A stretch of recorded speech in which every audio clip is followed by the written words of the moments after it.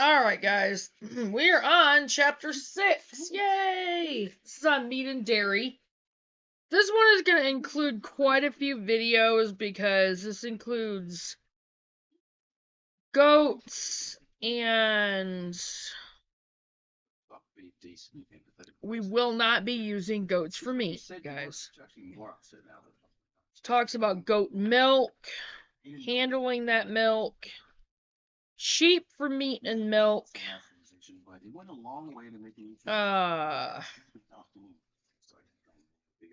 cattle for milk and meat, different types of cattle,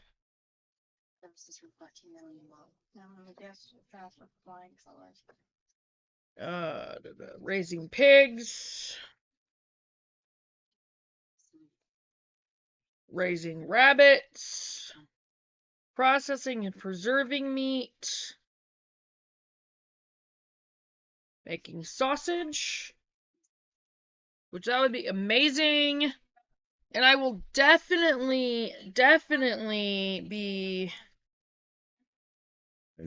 excuse me, once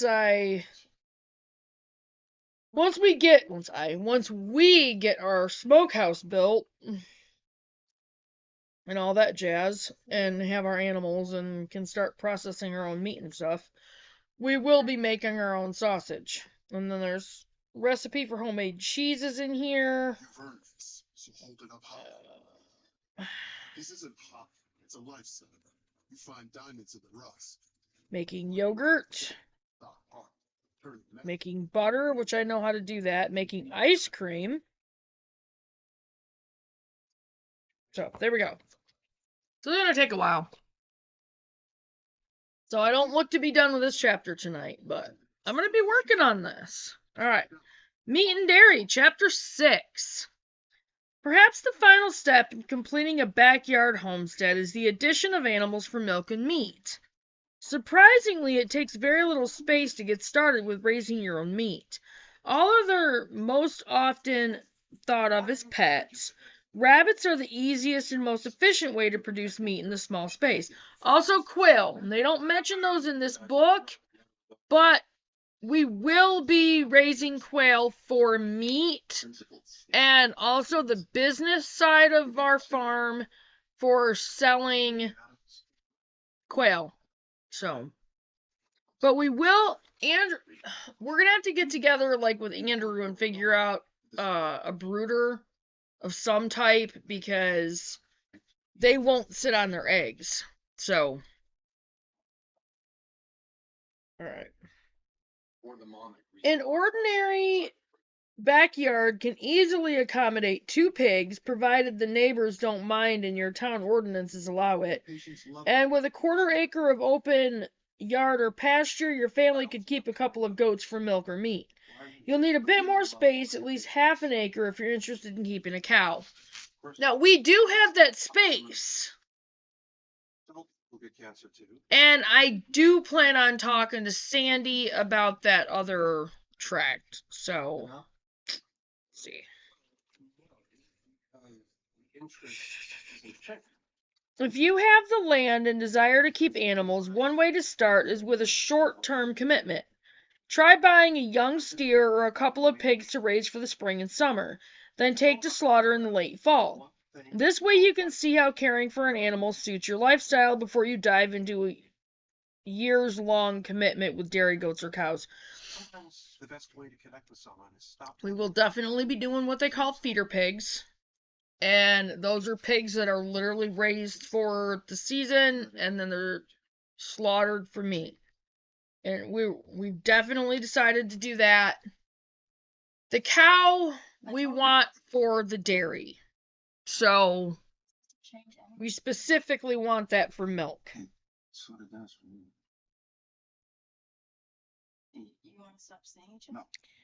And if I think it's how I'm sitting.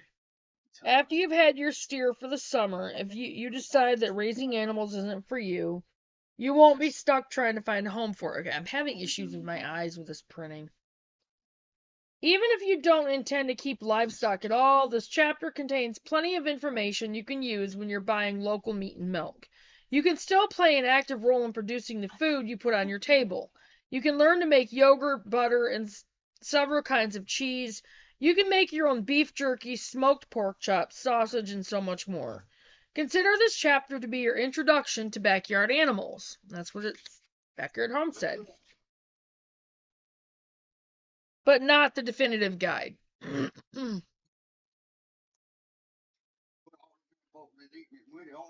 It wouldn't be feasible for such a short book to cover in adequate detail everything you need to know in order to raise a dairy cow successfully, for instance, or to slaughter a chicken humanely. While a vegetable garden or a patch of grain can endure failure without any real harm, failing at animal husbandry can result in real harm to the animals. It pays to do your homework before setting out on the path to animal care. If you find yourself getting especially interested in keeping animals, consult the suggested reading list on page 345 for complete references. And when we get to that part, I will probably go over that. So, anyway. So here we go. This starts goats for meat and milk. Again, we will not be raising goats for meat. I don't want to do that. I would rather raise the goats for dairy. And, I don't know. I'm not going to eat our goats. Just not going to do it. No, you don't. Goats serve many purposes worldwide. They produce delicious milk, healthful, low-fat meat and fiber for spinning. They are excellent at brush control, and they may be used to carry camping supplies on hiking trips or hitched up to help with light chores around the yard. They are inexpensive to maintain, require simple housing, do not take up a lot of space, and are easy to handle and transport. Scientifically, goats belong to the suborder. Were you high on that trip? Ruminantia, and that is they are ruminants. Like cows, deer, elk, caribou, moose, giraffes, and antelopes, ruminants are hoofed animals with four-part stomachs. With the suborder Ruminantia, goats belong to the family Bovidae, which includes cattle, buffalo, and sheep. Of the 6 species of goat, one Capra hircus is domesticated. One nice thing about goats is they do not require elaborate housing. All they need is a shelter that is well ventilated but not drafty and provides protection from sun, wind, rain, and snow. You can easily convert an unused shed into a goat house. Each goat requires at least 15 square feet of space under shelter and 200 square feet outdoors. A miniature goat needs at least 10 square feet under shelter and 130 square feet outdoors. You'll also need a sturdy fence. Don't underestimate the ability of a goat to escape over, under, or through an inadequate fence. Goats are social animals and like the company of other goats, so you'll need at least 2. And that is one of our next goals, and I'm actually thinking out of the income taxes to pull the money and have it set aside, get out to that property, get pallets up there, get a shelter, so we can have them in one specific area to get the orchard area cleaned up, the garden area cleaned up, get a couple of goats. So if you will be breeding your goats, the herd will probably grow larger than you initially expect. Plan ahead by providing plenty of space. Goats are opportunistic eaters, meaning they both graze pasture and browse woodland. Those that harvest at least some of their own food by grazing or browsing will cost less to maintain in hay and commercial goat ration. Each year, the average dairy goat eats about 1,500 pounds of hay and 400 pounds of goat ration. Non-dairy goats will do well on hay and browse with little or no ration. Despite what you may have heard, being opportunistic eaters does not mean goats eat things like tin cans. A goat learns about new things by tasting them with its lips.